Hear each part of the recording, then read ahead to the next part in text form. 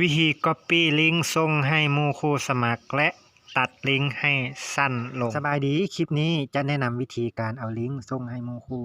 ของเราสมัครต่อสำหรับแอปเติมเงินออนไลน์ของเราเข้ามาในระบบในหน้าหลักของเราแล้วให้เราเลื่อนขึ้นมาเราจะมากดข้อมูลผู้สวมใช้ก็ได้หรือเราเลื่อนลงมาเมนู QR Code นี้เราเลื่อนลงมาเลยเลื่อนลงมาแล้วมากด Copy Link กด Copy คือว่าตอนนี้ Copy สำเร็จแล้วเราก็ไปส่งเนาะเรามาอยู่ใน WhatsApp Messenger มีอย่างได้หมดเลยเอามายกตัวอย่างจะส่งให้โอเคยกตัวอย่างจะส่งให้คนนี้เราก็มากดค้างแล้วก็วางแล้วก็ส่งอันนี้เป็นลิงก์ตัวยาวแต่เนาะตัวนี้มันยาวเราอยากตัดลิงก์ให้เรามาโค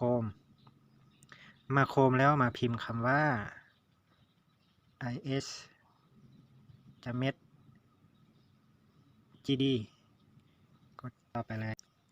กดต่อมาแล้วเราก็มากดค้างวางเอาลิงก์ที่เรา copy มาเมื่อกี้นี้แล้วกด subtend ไปแล้วเราก็จะได้ลิงก์สั้นๆแบบนี้เราก็กดค้างแล้วก็คัดลอกข้อความเนาะถ้าเป็นภาษาอังกฤษก็ copy messenger กดไปอันนี้เรามาเข้าโอเคฮะตัวอย่างจะส่งให้ผู้เก่า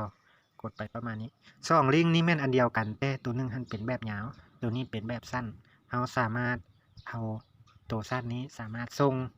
ให้หมู่คู่เรากดสมัครได้เลยหรือตัวยาวก็ได้ตัวยาวนี่มันจะบ่คักปานใดเนาะข้อความถ้าเป็นโทรศัพท์เนี่ยมันคือมาหลายแท้สินะเนาะหมู่คู่เราอาจจะตกใจก็เป็นได้